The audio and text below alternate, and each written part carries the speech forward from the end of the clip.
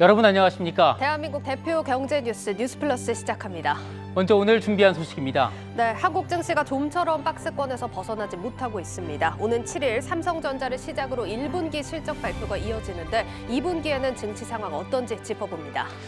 글로벌 ICT 공룡 구글이 자체 개발한 내부 결제 시스템 이용을 강제하는 이른바 인앱 결제를 지난 1일부터 전격 의무화했습니다. 이에 따른 수수료 인상이 예상되는 만큼 온라인 동영상과 웹툰 등을 서비스하는 국내 토종 콘텐츠 업체들에게 어떤 영향을 줄지 분석해봅니다. 네, 윤석열 정부가 초대 국무총리로 한덕수 전 총리를 지명하고 본격적인 내각 인선에 들어섰습니다. 새 정부가 풀어야 할 경제 현안은 어떤 것들이 있는지 짚어봅니다. 그 밖에도 오늘 다양한 경제 소식들을 준비했습니다. 뉴스플러스 지금 출발합니다.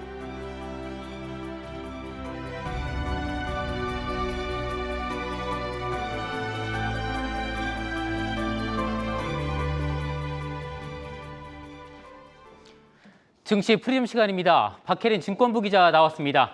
박 기자, 오늘 증시 상황 먼저 정리해 주시죠. 네, 오늘 코스피는 기업들의 1분기 실적 발표를 앞두고 18포인트 오르며 2,750선에 안착했습니다. 미국의 주요 기업들이 실적 발표를 앞두고 있고 국내 기업들도 이번 주 목요일을 기점으로 실적 발표를 시작하는 만큼 호실적이 예상되는 종목에 자금이 쏠리고 있는 거고요. 장 초반 부진했던 종목들도 점차 낙폭을 줄였고 리오프닝주는 특히 좋은 흐름을 보였습니다. 코스닥도 6.7포인트 올라 950선 넘보고 있습니다. 원달러 환율은 미국의 통화정책 정상화 속도가 빨라질 것이란 우려에도 불구하고 수출 기업들의 달러 매도 물량이 유입되며 하락 마감했습니다. 자, 박 기자, 오늘 시장 특징주 어떤 종목들이 있을까요? 네, 먼저 조금은 아쉬운 소식을 전해드려야겠습니다. 방탄소년단의 그래미 수상이 올해도 불발됐습니다. 지난해에 이어 2년 연속 고배를 마신 건데요. 이 소식이 전해지자 방탄소년단의 소속사인 하이브의 주가는 약세로 전환해서 결국 전거래일보다 3%가량 하락했습니다. 사실 이제까지 대중음악 최고의 권위 그래미에서 수상한 아시아 팝 가수가 없잖아요. 이 수상호에 올랐다는 것만으로도 의미가 큰 것 같습니다. 자, 박 기자, BTS의 병역 특례도 최근 이슈가 되고 있죠? 네, 윤석열 정부에서 BTS의 병역 특례법이 진전을 이룰 수 있을 것이란 기대감이 일고 있습니다. 앞서 지난 2일 안철수 위원장이 하이브를 방문했는데 이 자리에서 병역에 대한 이야기는 하지 않은 것으로 전해졌지만 안 위원장은 대선 후보 시절 BTS는 대체 복무의 자격이 충분하다라고 밝힌 바 있습니다. 따라서 윤 정부에서 BTS의 병역 문제를 다룰 것이란 기대감이 작용하고 있고 여기에 더해 방탄소년단이 오는 8일부터 라스베이거스에서 콘서트를 개최하는 점도 리오프닝과 맞물려 주가에 긍정적으로 작용하고 있습니다. 증권가에선 팬데믹 이전보다 공연 1회당 수익성이 더욱 높아질 것으로 예측하며 공연 재개에 따른 실적 상승 점치고 있습니다. 자, 두 번째 이슈도 한번 살펴보시죠. 네, 두 번째 키워드는 쌍방울, 쌍용차 인수 추진의 2거래일 연속 상한가입니다. 쌍방울 그룹이 쌍용차 인수를 추진한다는 소식에 지난 금요일에 이어서 또 상한가를 기록했습니다. 또 뿐만 아니라 계열사인 광림과 나노스, IOK도 가격 제한폭까지 올랐습니다. 네.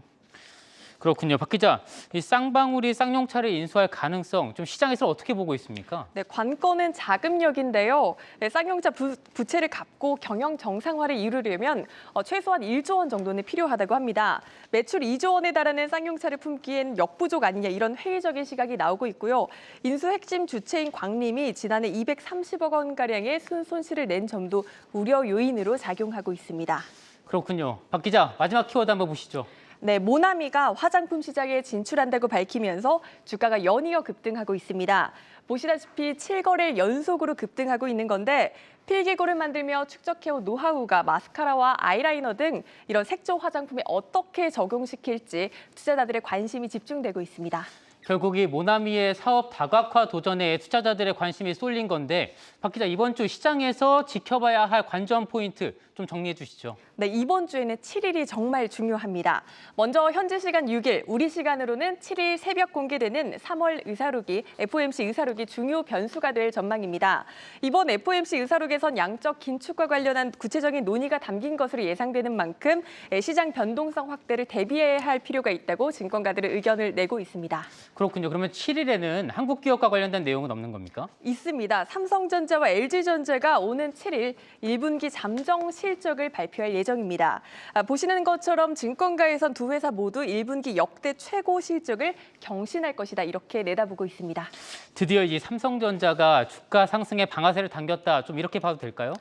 네, 오히려 일부 증권사에서는 목표 주가를 내려잡으면서 10만 전자와 조금씩 멀어지고 있다. 이런 분석을 내놓기도 합니다. 어떤 이유에선지 주가가 상승 탄력을 받기 위해선 어떤 조건이 필요한 건지 박찬희 기자가 보도합니다.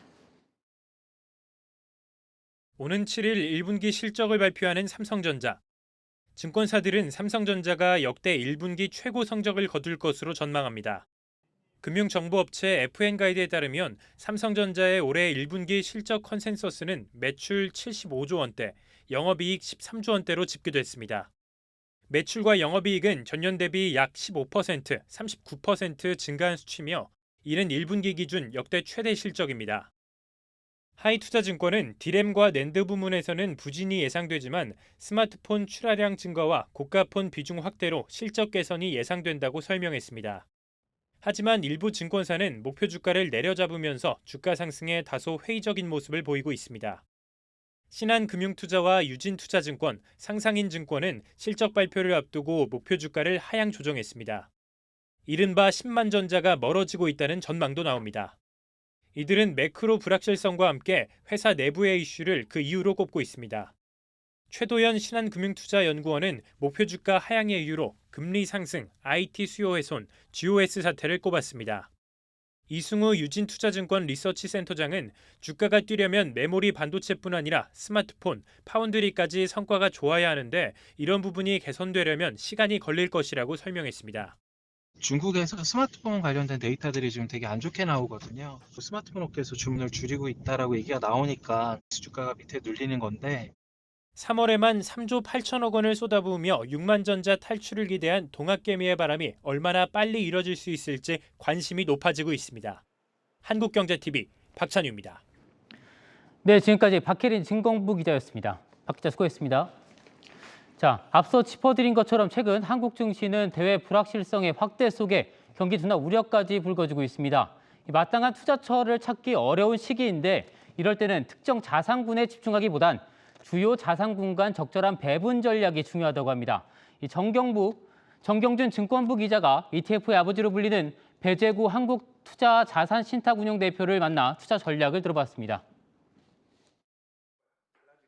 지난 2002년 국내의 첫 상장지수 펀드 ETF를 내놓으면서 본격적인 패시브 투자 시대를 연 주역 배재규 한투운용 대표. 그간 20여 년을 몸담았던 삼성운용을 떠나 올해 초 한투운용 대표로 취임하면서 국내 ETF 시장에서의 또 한 번의 변혁을 예고하고 있습니다. 처음에는 이제 시장을 따라가는 시장 지수가 주를 이루다가 2년 전부터 테마가 시장의 주를 이루고 있습니다. 그 다음에는 테마 하나를 잘 선택하는 것보다 자기가 투자하고 있는 금액 전체를 어떻게 효율적으로 투자하느냐가 가장 중요한 과제입니다.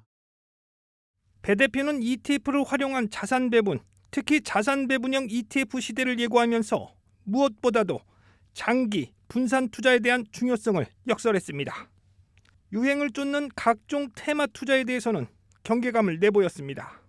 그 타이밍을 잘 찾을 수 있다면 그 타이밍을 찾아서 하는 게 맞겠지만 오랜 경험으로 적절한 투자 타이밍을 찾는다는 것이 어렵다는 것을 다 투자를 해보신 분들은 했고요. 글로벌 분산 투자, 그리고 장기 투자, 그리고 투자를 하는데 비용이 많이 들어서는 안 된다고 생각합니다. 저비용 투자를 해야 되고요. 장기적으로 불을 정진시키는 방법은 그러한 트렌드에 따라다니는 투자가 아니라 배 대표는 특히 이제는 한국 시장에서 올인해서는 안 된다며 미국 시장을 중심으로 한 글로벌 분산 투자를 강조했습니다. 한국 시장에만 투자해서는 이제는 안 됩니다. 여러 가지 이유가 있겠지만 한국 시장의 ROE와 미국 시장의 ROE를 비교해 본다면 지난 한 10년간 한국 시장이 반 정도밖에 안 됩니다.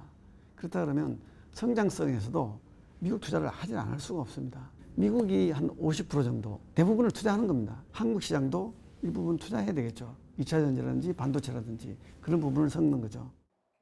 배 대표는 자산운용업계의 고객 신뢰를 강조하면서 이 연장선상에서 한투운용의 전면적인 쇄신도 예고했습니다. 현재 사용 중인 상장지수 펀드 브랜드인 킨덱스도 과감히 버릴 수 있다고 말했습니다. 또 외국 운용사에 대한 인수양도 내비쳤습니다. ETF 시장에서 한투의 존재감을 좀 더 높여보고 싶습니다. 그래서 이왕 하는 김에 킨덱스라는 이름도 바꿀까 하고 지금 고민을 하고 있습니다. 미국의 운용사라면 지금 굉장히 밸류에이션이 비쌉니다. 지금은 좀 때가 적절치 않다라고 보고 있고요. 그로잉 시장에 간다 그러면 그건 지금도 검토해 볼 만한 시장이 몇 군데 있다고 봅니다. 인도 이런 시장이 굉장히 지금 성장을 하고 있습니다. 그런 시장이 오히려 더 좋지 않을까 이렇게 보고 있습니다. 배 대표는 최근 자사가 운용 중인 거래정지 러시아 관련 ETF에 대해서는 손실은 크겠지만 일부 실물자산 부분에 대해서는 고객들에게 돌려줄 수 있는 대책을 강구 중이라고 말했습니다. 한국경제TV 정경준입니다.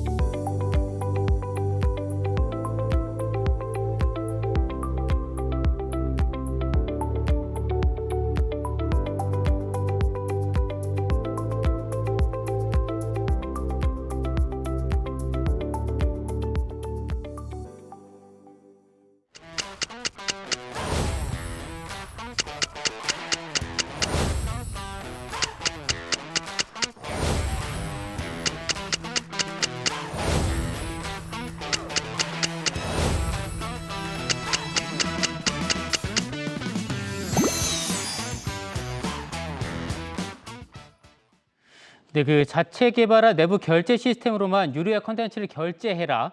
이렇게 구글이 이런 내용의 이른바 인앱 결제 강제에 나섰습니다. 이 내용 산업부 양현주 기자와 이야기 나눠보도록 하겠습니다. 양 기자, 인앱 결제 강제가 왜 논란이 되는 겁니까?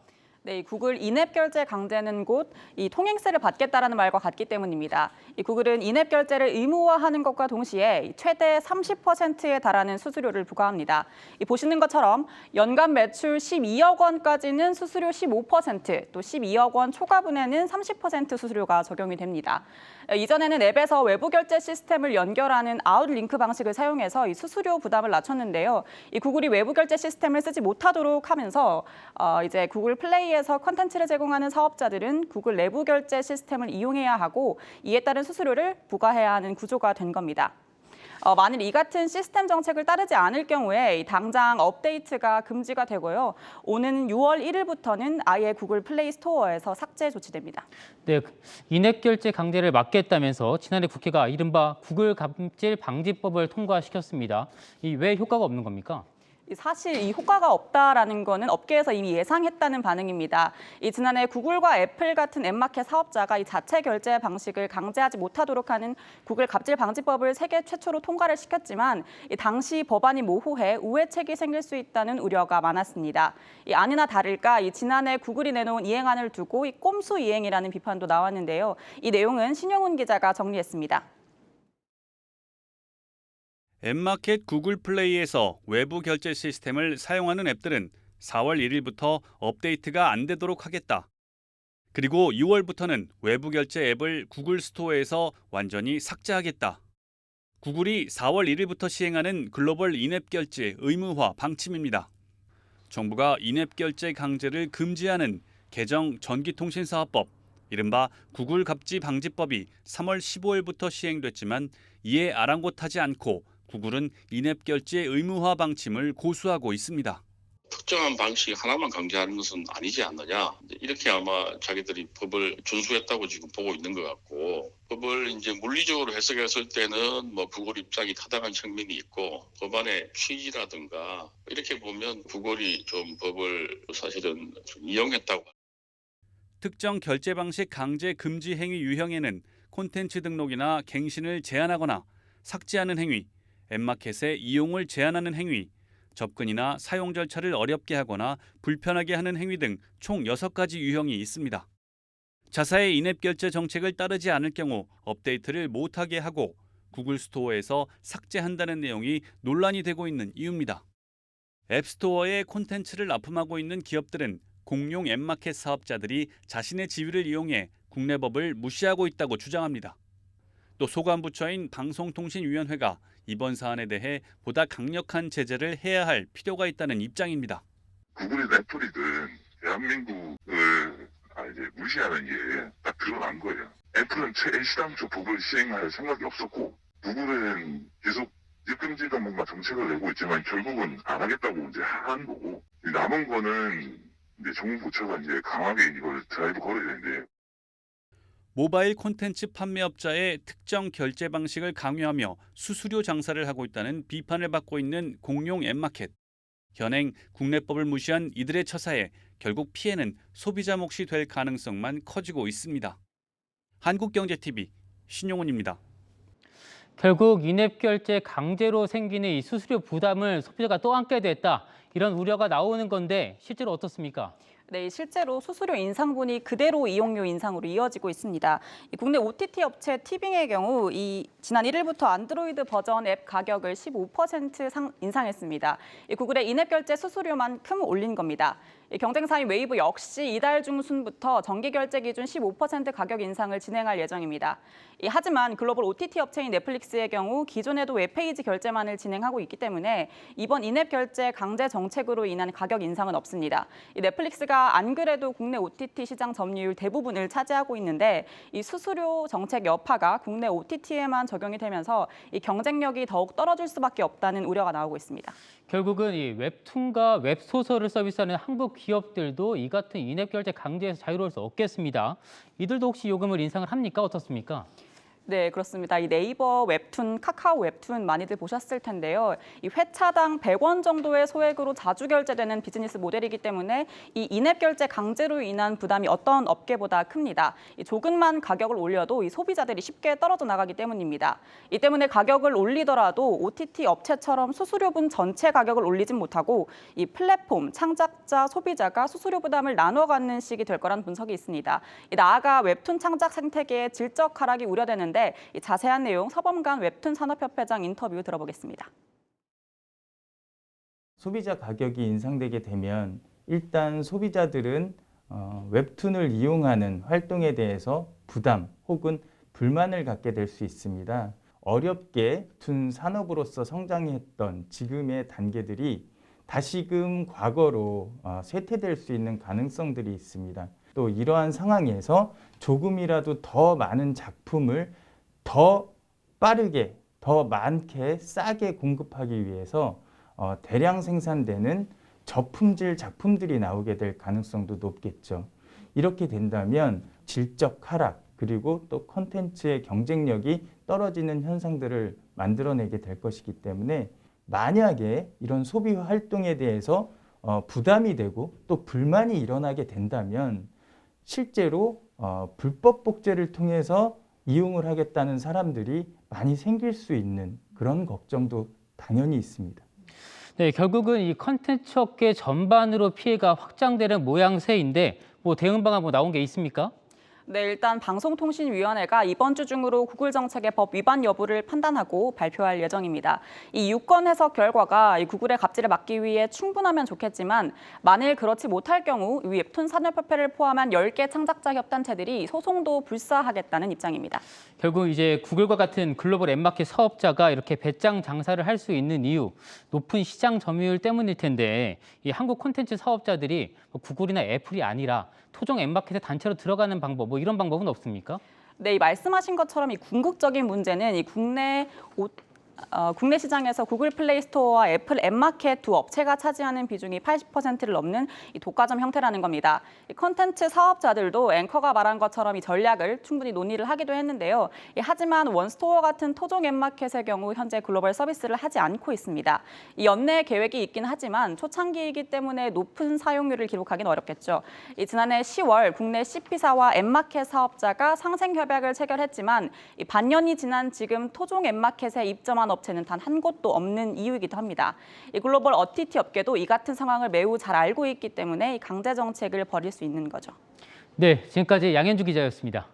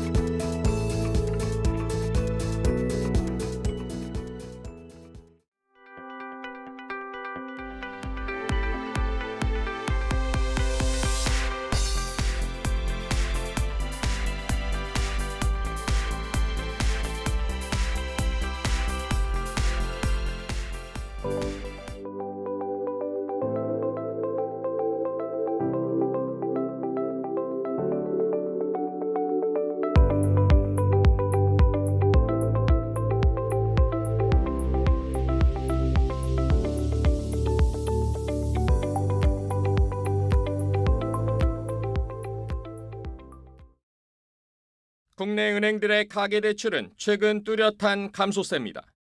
이자 이익을 바탕으로 몇 년간 사상 최대 실적 랠리를 이어왔지만 부동산 거래 위축과 금리 인상으로 수익성에 빨간불이 켜진 겁니다. 그러자 시중은행들은 슬그머니 수익률 목표를 올리고 있습니다.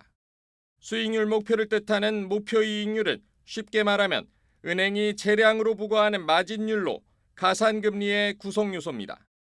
한국경제TV가 국민의힘 윤창현 의원실로부터 입수한 자료에 따르면 국내 5대 시중은행은 하나은행을 제외하면 2년 새 일제히 목표이익률을 높였습니다. 인상폭이 두드러진 곳은 우리은행과 농협은행, 국민은행 순으로 나타났습니다. 우리은행은 2년 전 1.32%였던 목표이익률을 올해 1.85%까지 올렸고 농협은행은 같은 기간 1.12%에서 1.5%로 높였습니다. 이렇게 목표 수익률 인상분이 가산금리에 반영되자 2019년 말 3%대였던 가계 신용대출 금리는 올 초 4%대 중반까지 치솟았습니다. 주택담보대출의 수익률 목표 역시 하나은행을 제외하면 모두 올랐고 금리 역시 4% 안팎으로 올랐습니다. 금리 인상기 가계대출 증가세가 주춤하자 이자를 더 받아 이익을 보전하려는 것으로 풀이됩니다. 이자 장사라는 비판이 일자 일부 은행들이 최근 금리를 내리는 움직임도 포착되지만 땅 짚고 헤엄치기 영업이라는 지적을 벗어던지기 어렵습니다. 한국경제TV 정원우입니다.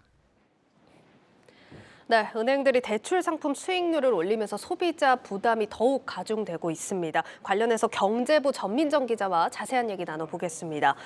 예, 정 기자, 지금 뭐 은행들이 대출 상품 목표 이익률을 좀 올리는 게 이자 마진을 더 남기기 위해서다 이런 내용이었는데 이게 딱 이해는 되지 않거든요. 이게 뭐 어떤 식으로 이자를 더 받을 수 있다는 겁니까? 네, 설명을 드리면 보통 은행의 대출 금리는 코픽스라고 불리는 대출 기준 금리에다가 네. 영업 마진을 고려한 가상 금리를 더하고 우대 금리와 같은 가감 조정 금리를 빼는 방식으로 계산을 하는데요.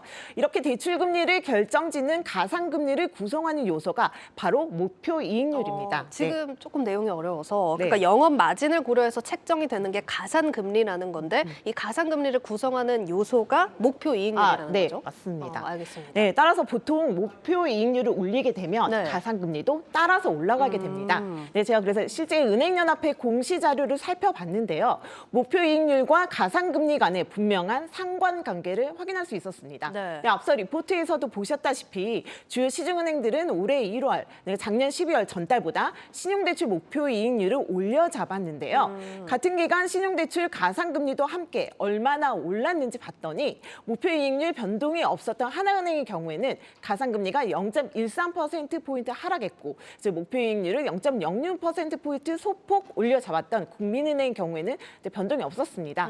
하지만 역시 목표 이익률을 높였던 신한은행이랑 농협은행은 각각 0.07%포인트, 0.15%포인트씩 가산금리가 올랐고 네. 우리은행 같은 경우에는 이익률을 40%나 올렸는데요. 40%? 네, 이 우리은행은 전달보다 가산금리가 0.4%포인트, 즉 15.4%나 상승했습니다.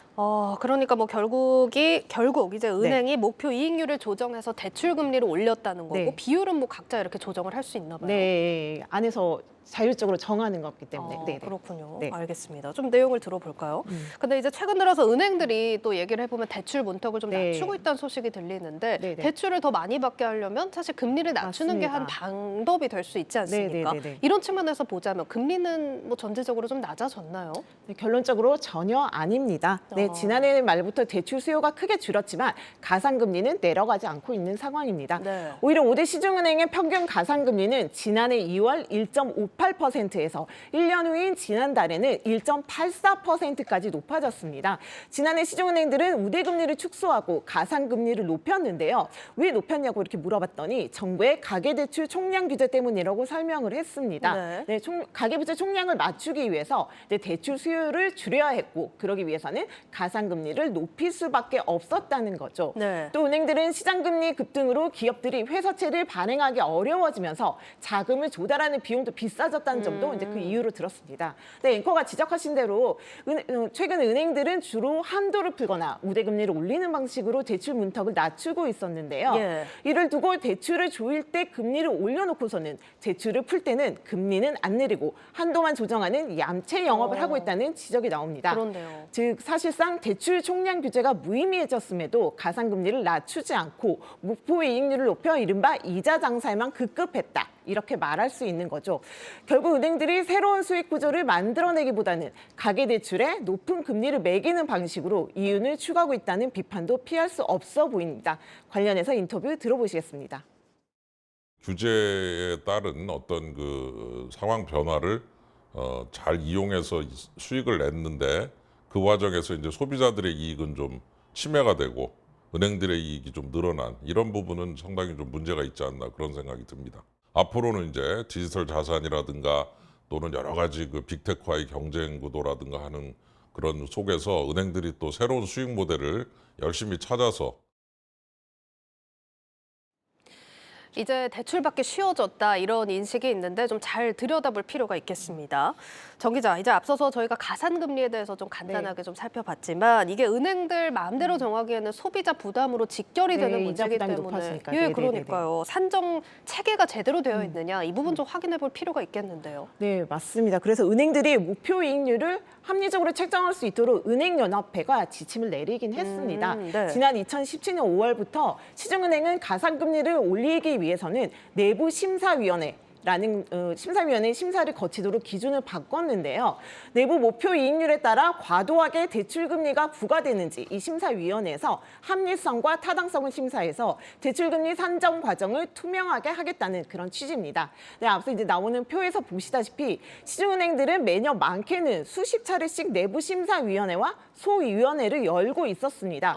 이를 통해 리스크 관리, 여신 심사 담당 임원이 참여해서 일부 본부 부서에서 금리를 단독으로 가상금리를 조정하지 못하도록 하겠다고 했지만은 이제 앞서 살펴봤다시피 결국에는 유명무실한 것으로 드러난 겁니다. 지금 현황에 대해서 좀 살펴봤는데 네. 사실 이게 소비자 입장에서는 분명히 부담입니다만 사실 우리 시청자분들 은행 네. 두고 계신 분들 정말 많으실 것 같은데 은행 수익이 늘어나고 돈을 많이 벌면 사실 투자자 입장에서는 좋은 일이잖아요. 이게 어떻게 보면 좀 양면성이 있네요. 네, 정확히 지적을 하셨는데요.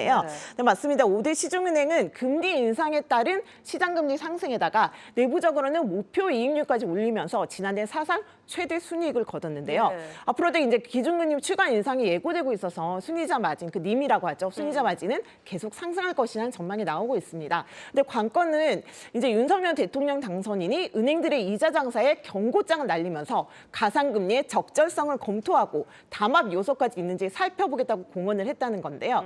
이 때문에 일각에서는 정부가 예대금리처와 가상금리에 대해 강하게 개입하다 보면은 대출금리 인하 경쟁이 은행끼리 인하 경쟁이 일어나서 은행은 순이자 마진이 낮아질 수 있다는 분석도 나오고 있습니다. 하지만 금리 인상에 따른 실적 향상의 흐름에는 큰 영향을 미치기 어렵다는 것이 전문가들의 의견인데요. 이 부분을 인터뷰를 함께 확인해 보겠습니다. 그 가상금리가 조금 바뀌고 하는 건 새로 나가는 대출부터 적용이 되는 거고 지금 이미 다 나간 대출은 원래의 가상금리와 그 체계 하에서 이제 단기적으로 큰 영향은 없고요. 투자 심리상으로는 약간 불안한 마음을 조성할 수는 있겠지만 일단 실적이 워낙 뒷받침되니까 주가는 괜찮지 않겠냐. 네, 아마 보시는 분들 대부분이 은행의 소비자이자 또 투자자이실 텐데 좀 여러 부분을 따져볼 필요가 있어 보입니다. 이제 정 기자, 그럼 마지막으로 유튜브 제목과 해시태그로 정리를 해볼까요? 네, 유튜브 제목은 영끌족 등골 휘는데 이자 놀이 벌이는 은행들. 해시태그는 대출 수익률도 은행 마음대로, 이자 장사는 계속. 이렇게 하겠습니다. 네, 알겠습니다. 여기까지 듣도록 하겠습니다. 경제부 전민정 기자였습니다.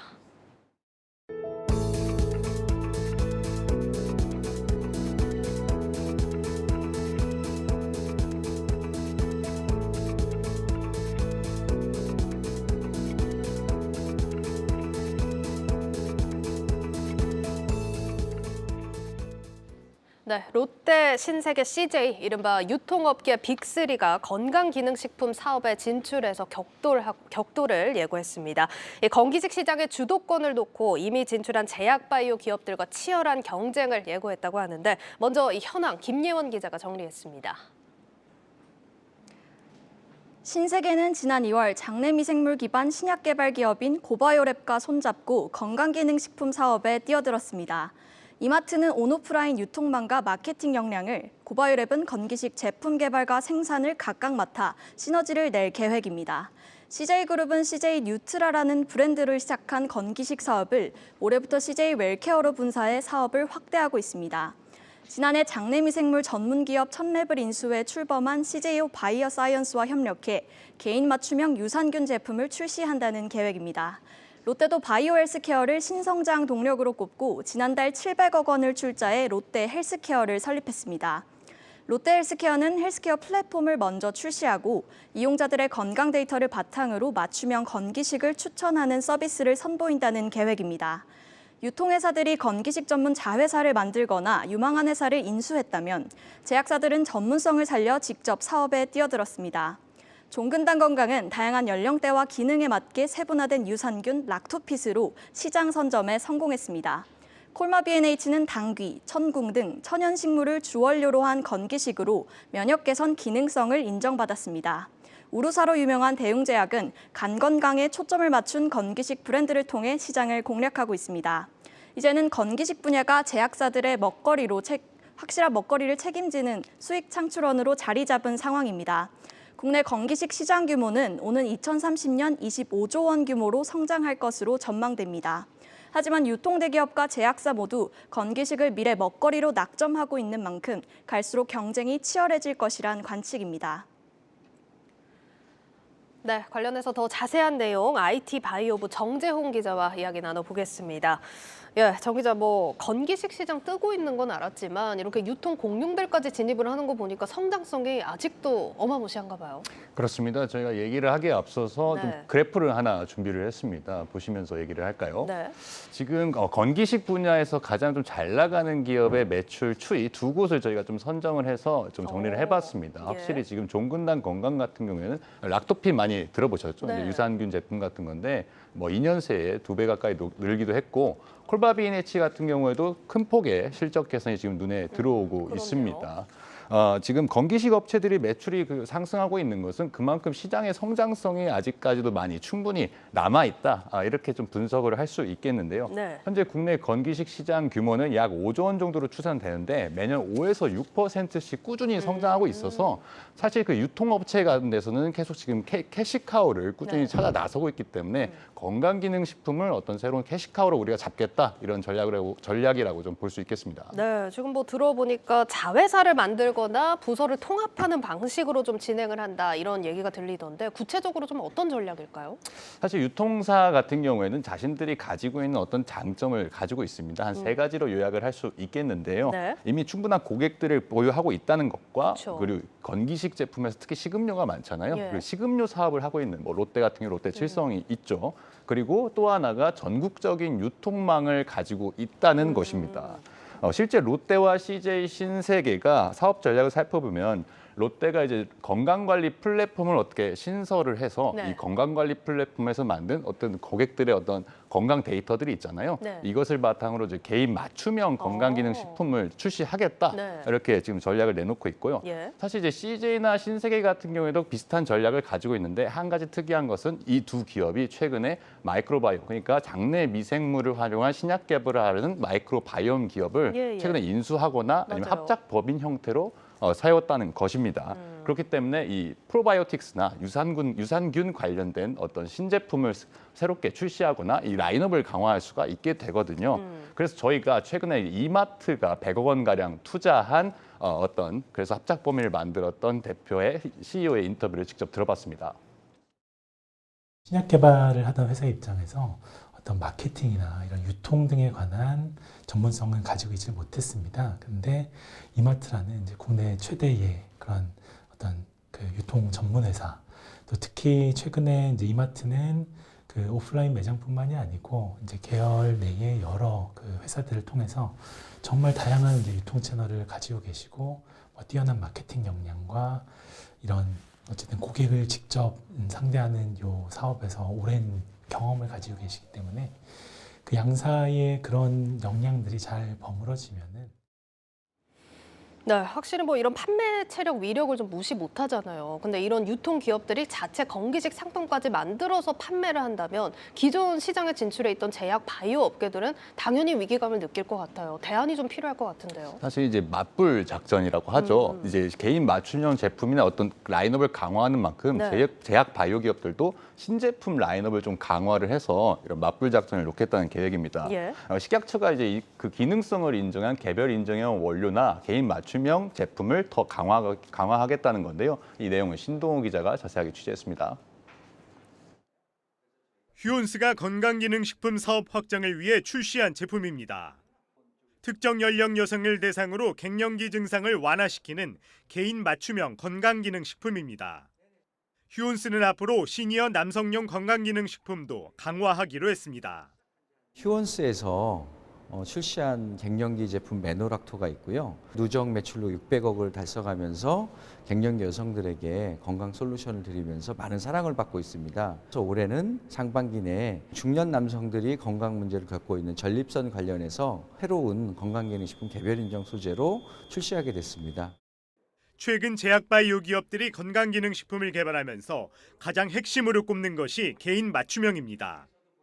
유한양행도 갱년기층을 겨냥한 제품에 공을 들이고 일동제약과 동아제약도 소비자층을 세분화한 맞춤 특화형 브랜드를 선보이고 있습니다. 여기에 제약바이오 기업들은 개별 인정형 원료에 대한 독점권 확보에도 열을 올리고 있습니다.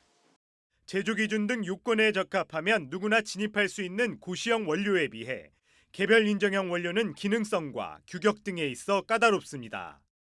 이 원료를 개발한 기업은 6년 동안 단독으로 사용 판매할 수 있는 권리를 획득하게 돼 신규 시장을 창출할 수 있습니다.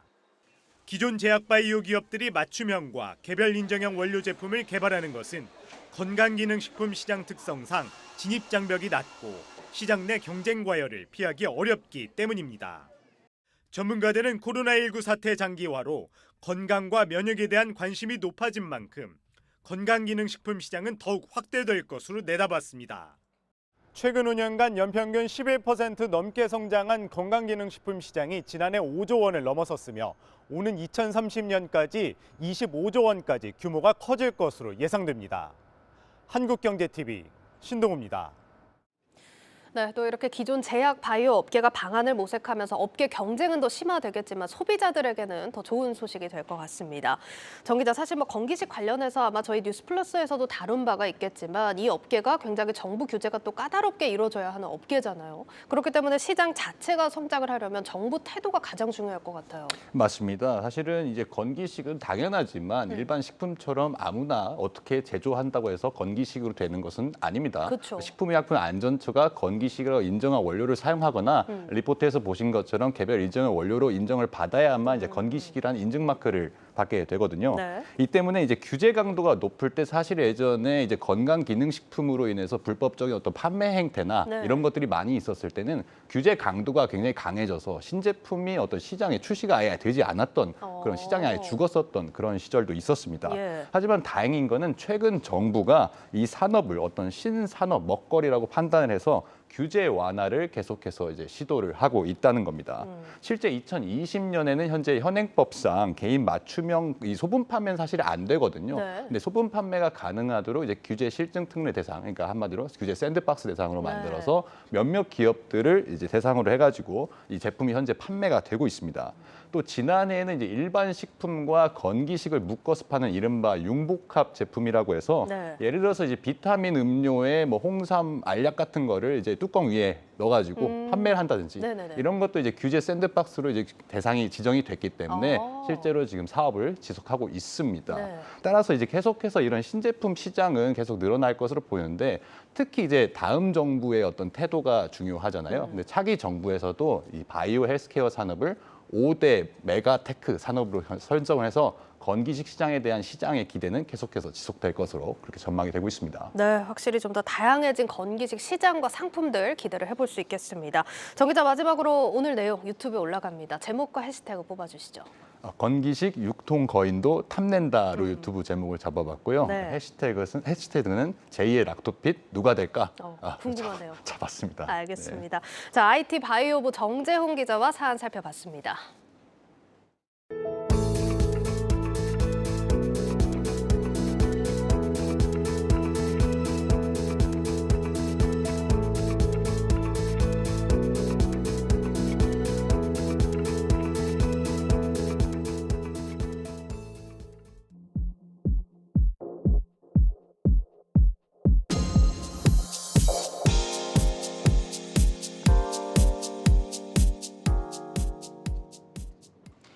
윤석열 대통령 당선인이 어제 한덕수 전 국무총리를 새 정부 초대 총리로 지명하고 본격적인 내각 인선에 들어갔습니다. 총리 후보자 인선 배경과 윤석열 정부가 해결해야 할 경제 과제에 대해 세종시 한창률 기자와 이야기 나눠보도록 하겠습니다. 한 기자. 네. 여러 후보들이 항합형에 올랐는데 왜 한덕수 전 총리를 택한 겁니까? 이 한덕수 총리 후보자가 초반부터 거론된 것은 풍부한 국정 운영을 바탕으로 해서 윤석열 정부를 안정적으로 이끌어갈 수 있을 것이라는 기대였습니다. 여기에다가 호남 출신으로 진보와 보수 정권에서 중용된 점은 이 현재 여소야대 상황에서 인사청문회를 무난히 통과할 수 있을 것이라고 봤기 때문입니다. 이 한 후보자의 이력을 보면은 경제, 통상, 안보 등 현재 국제적으로 불안한 현 상황을 돌파해 적합해 보입니다. 그 윤석열 당선인도 김대중 노무현, 이명박, 박근혜 정부에서 이 장관과 국무총리, 주미대사, 무역협회장 등을 두루 역임했기 때문에 경제 안보 시대를 대비하기 위한 적임자라고 판단을 했습니다. 그렇군요. 한 후보자가 꼽은 윤석열 정부의 핵심 과제 어떤 내용들입니까? 예, 한덕수 후보자가 생각하는 윤석열 정부의 4대 핵심 과제는 이 국방력 강화와 재정 건전성, 그리고 국제 수지 확대, 그리고 노동 생산성 향상 등입니다. 이 국방력 강화는 우크라이나 사태로 불거진 신냉전 시대에서 확고한 국가 안보가 필요하다고 본 겁니다. 또 재정 건전성과 국제 수지 확대는 코로나 사태로 인해서 늘어난 국가 부채 문제와 이 대외 불확실성 확대에 따른 국제 수지 적자를 해결해야 한다고 꼽은 겁니다.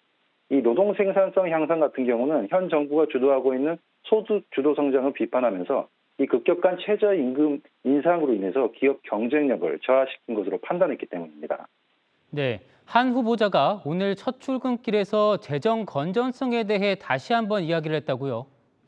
네, 추경 관련 답변을 하면서 얘기를 한 건데요. 이 추경에 대해서는 코로나 상황 속에서 이 위기 대응을 위해서는 단기적으로 재정과 금융의 역할이 불가피한 상황이지만 이 현재 대한민국의 부채가 너무 빨리 증가하고 있다고 우려를 표하면서 답했습니다.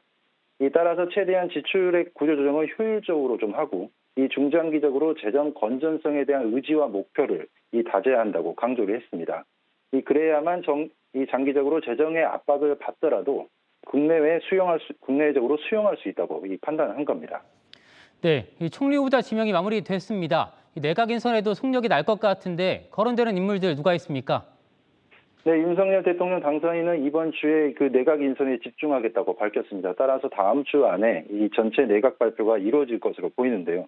현재 경제 드림팀을 위한 경제부총리와 경제수석, 이 금융위원장 등에 대한 후보군들의 이름이 오르내리고 있습니다.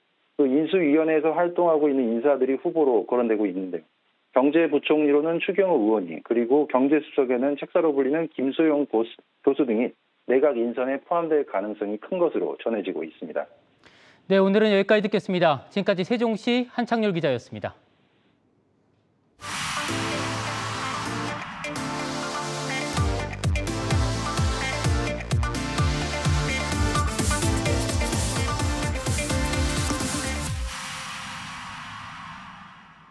네, 고 웨스트 시간입니다. 글로벌 콘텐츠부 조연 기자와 함께 하겠습니다.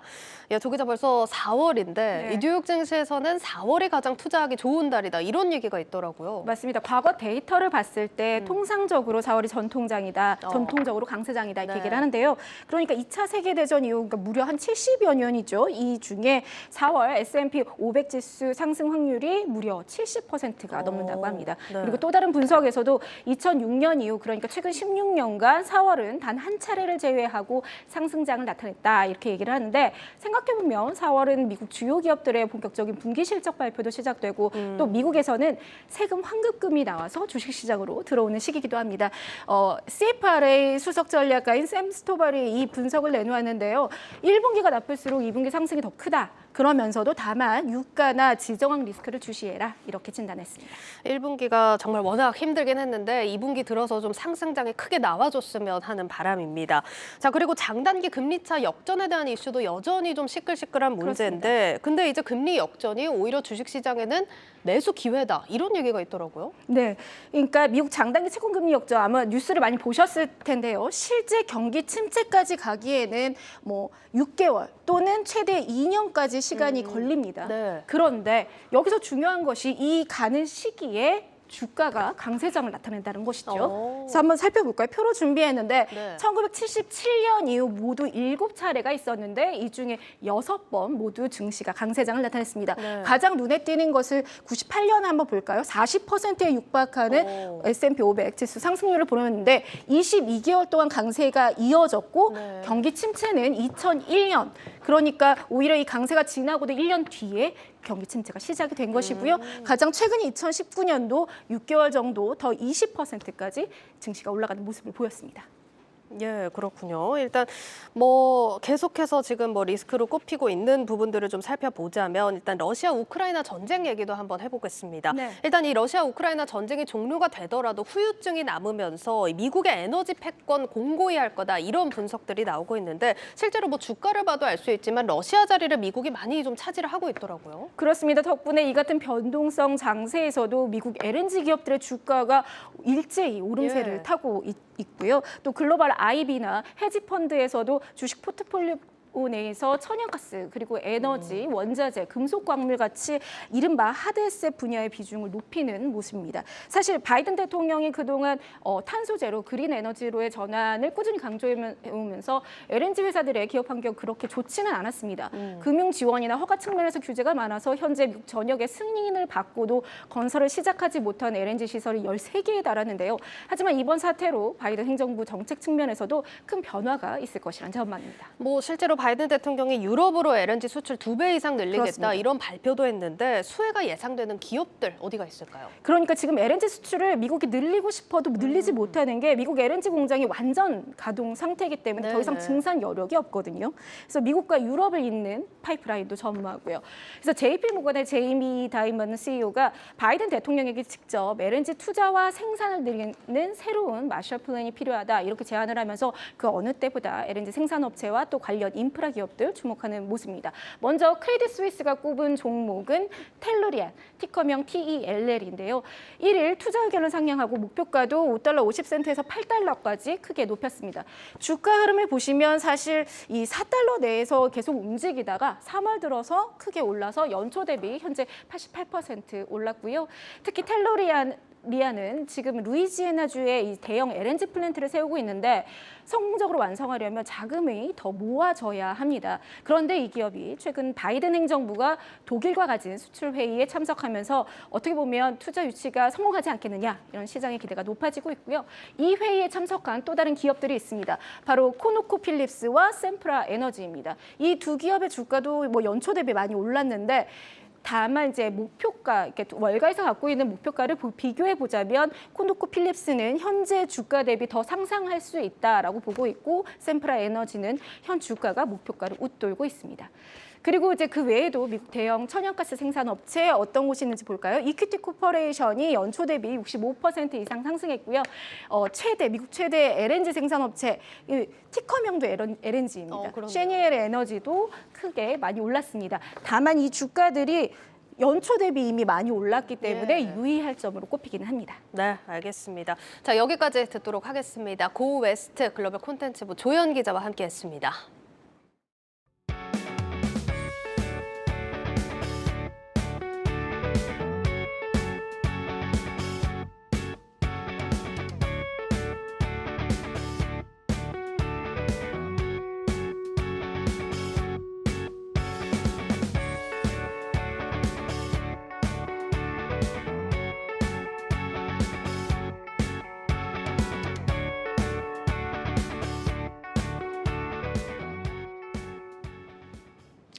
내일자 한국경제신문 미리 보기 시작하겠습니다.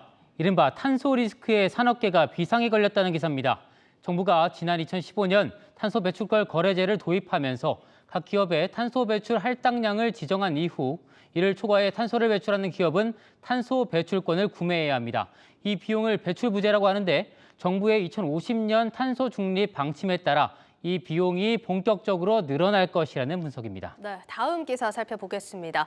가계, 기업, 정부 등 3대 경제 주체가 짊어진 부채 규모가 지난해 처음으로 5천조 원을 넘어섰다는 기사입니다. 전년보다 10.4% 증가한 건데 국민 1인당 1억 27만 원의 빚을 짊어진 셈입니다.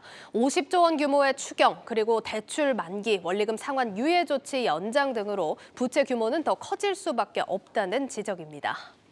뉴스플러스를 마치겠습니다. 여러분 고맙습니다.